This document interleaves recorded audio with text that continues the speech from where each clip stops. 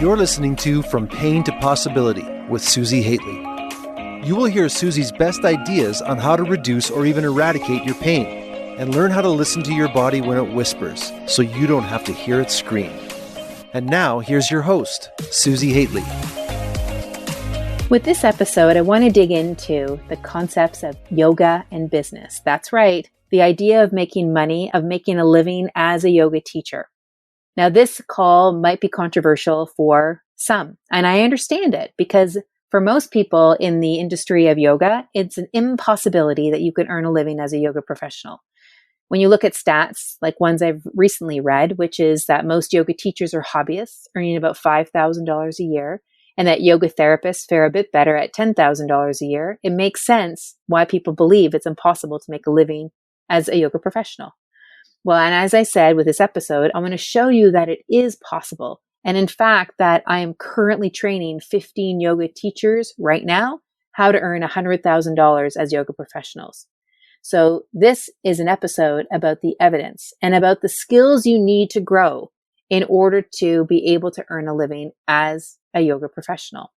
The first step along the way is to understand two basic tenets. The first is, like any professional, you need to have two sets of skills. The first is you need to have the skill of a good technician. You need to be technically sound at the art and skill and science of teaching yoga or being a yoga therapist. The second is you need to understand the business of starting, of growing and building and sustaining a client base. Without those two skills, it's going to be very, very difficult for you to make a living. You could become very, very good and honing your craft as a yoga teacher or yoga therapist, but if you don't know how to grow a business, you'll be really smart and really skilled with no people to teach. And really, in my mind, what I believe to be true is the greatest success is when we can share our skill and our love for what it is that we do and help other people discover and transform and feel really great about their lives. That, to me, is a win-win-win all around. When I've been teaching my trainees in business principles, one of the key obstacles that they face is this idea of marketing. Most of them hate the idea of marketing. They think it's slimy. They think it's sleazy. They think they have to be crafty, and they think they have to be conniving. And then I say to them these three simple bullet points. If you are confident in the skill that you have, if you love to teach or guide others, if you love your client base, then all of the marketing, so-called marketing conversations happen very, very easily. Because you can't help but talk about your business. You can't help talking about what's possible for people. It's easy. And people will feel the energy of that easiness around you. And it's not about being conniving. It's not about offering something to someone that they don't even need. The conversations just become between two people and the possibility of helping someone get better. And what could be better than that? But the key is this. You need to be confident in your skill to help. That's the first one. You need to love to teach. And you need to love your client base. And so if one or more of those does not exist, then you need to do something to have it change. The next piece of this puzzle is that most people do not want to be sold yoga, and they don't want to be sold yoga therapy. What they are looking for is to purchase a solution to their problem. So when you're having conversations with potential clients, be sure to really listen closely. Listen closely to what they're saying in terms of what is working and what's not working in their life. What are the problems that they're facing? What are they talking about that they need change in?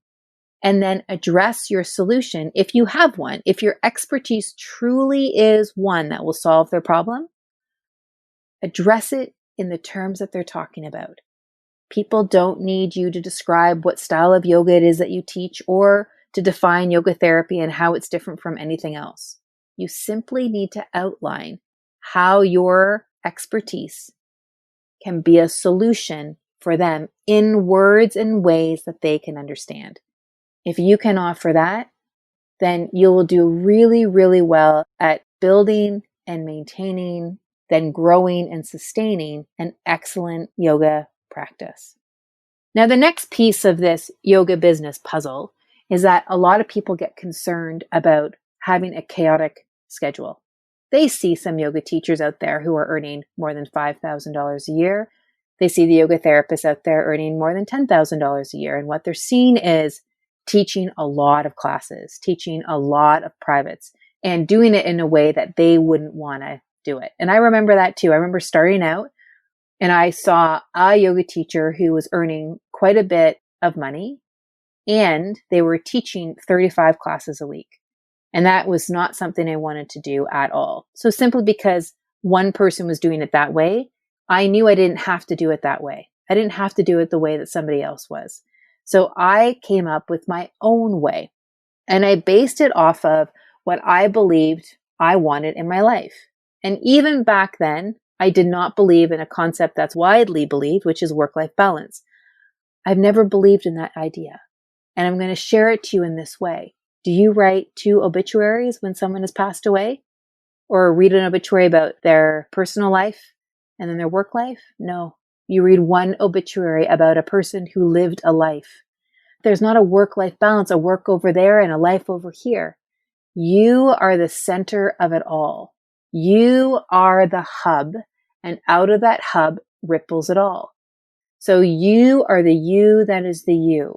The me who is recording this episode is no different than the me who teaches, the me who's a parent, the me who goes out for a run or does my yoga practice. It all just ripples through each other. So the key is to come to that space of really understanding you, the yoga of you, and then allowing that to ripple away. Because if you come into this idea of work-life balance, you're going to try and make everything fit. You are going to be pulled in so many different directions, and it's going to be a lot harder to make decisions. You're going to lose the yoga in the business. And when you lose the yoga in your business, it starts to become very frazzled. You become depleted, and you start to move into the world of burnout. And that's not what we want to have happen. We want to help maintain the fluidity and the flow in the business. We want to allow for the prana, or an Ayurvedic term, the ojas. We want to build that up so that there isn't the depletion, that there's the ease and there's the vitality. And that is entirely possible and doable. The key is to recognize that you are the you that are the you, which leads me into a very down and dirty, nitty gritty way of making that happen. And I call it the calendar. A lot of people do not run their lives with a calendar. A lot of business people don't run their lives with a calendar. And yet the ones who do are the ones who not only get the most done, but they tend to have the most ease in their life.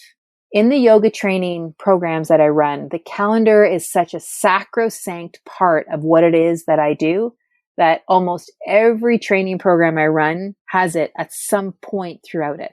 In our module 3 of the IOIT program, it's right at the beginning. Every yoga business training, right at the beginning, because it's so fundamental to building the client base and to bringing in the components of the program and having you succeed with them. So what do I mean about this calendar? The calendar is literally just that. And when yoga teachers are starting out their yoga therapy businesses, I suggest to them that they block off the time where they actually want to teach their private sessions, where they want to teach their group sessions, where they want to take time to do their administration, where they want to take time to build out any programs. So then they outline really clearly in their calendar when different aspects of their work are happening. Within that too, it's when's your family time going to happen? And when might you go for the run or do your yoga practice or things like that? Once they get that all settled in, they start to see if they like their calendar. And if they like it, they'll keep it. And if they don't like it, they'll change it. And everybody's calendar is different. So early on in my career, I decided that I only wanted to teach Monday through Wednesday. So I had very, very full days starting early in the morning, going to late at night, Monday through Wednesday. But then Thursdays and Fridays were a lot lighter and were focused on different tasks completely and had very little to do with teaching, but had to do with some administration and some course creation. Then after I had my kids, I had a set of twins back about 3 years ago. It changed again. And instead of focusing on when my teaching was, because I wasn't doing very much of it, I was just focusing on the key thing I needed to do every single day. So the calendar depends as much on the season of your life as what it is that you want to do. Another example of this is I had a trainee in a program a number of years ago whose twin sons were going to be graduating from high school at the end of the training year. So she was enrolled in the training year during their last year of high school. And she had a lot of concern about how she was going to complete the requirements and then build her business and spend the time she wanted to with them before they graduated. So I offered her this. Start with when you're going to spend time with them. Put that big rock into your calendar first, if that's the most important thing. Then see where the white space is and start to build the rest of it in there. Fill it out, see what works, see what doesn't work, adjust, and continue. That's the great thing about a calendar, is you can set it up, you can try it out, give it a whirl. If it doesn't work, you can always adjust it. But you do need to start from somewhere, not having a blank calendar so that when someone asks you when your private sessions are, you're like, anytime? What time works for you? Rather, it gives you structure in your day around this is when it happens. Then you can really focus your time very specifically on what task it is that you're doing. You can focus specifically on the tasks of growing or of honing the craft of being a teacher and really build the business and build the life that you want. One which isn't a work-life balance, but one that the you that is the you ripples throughout.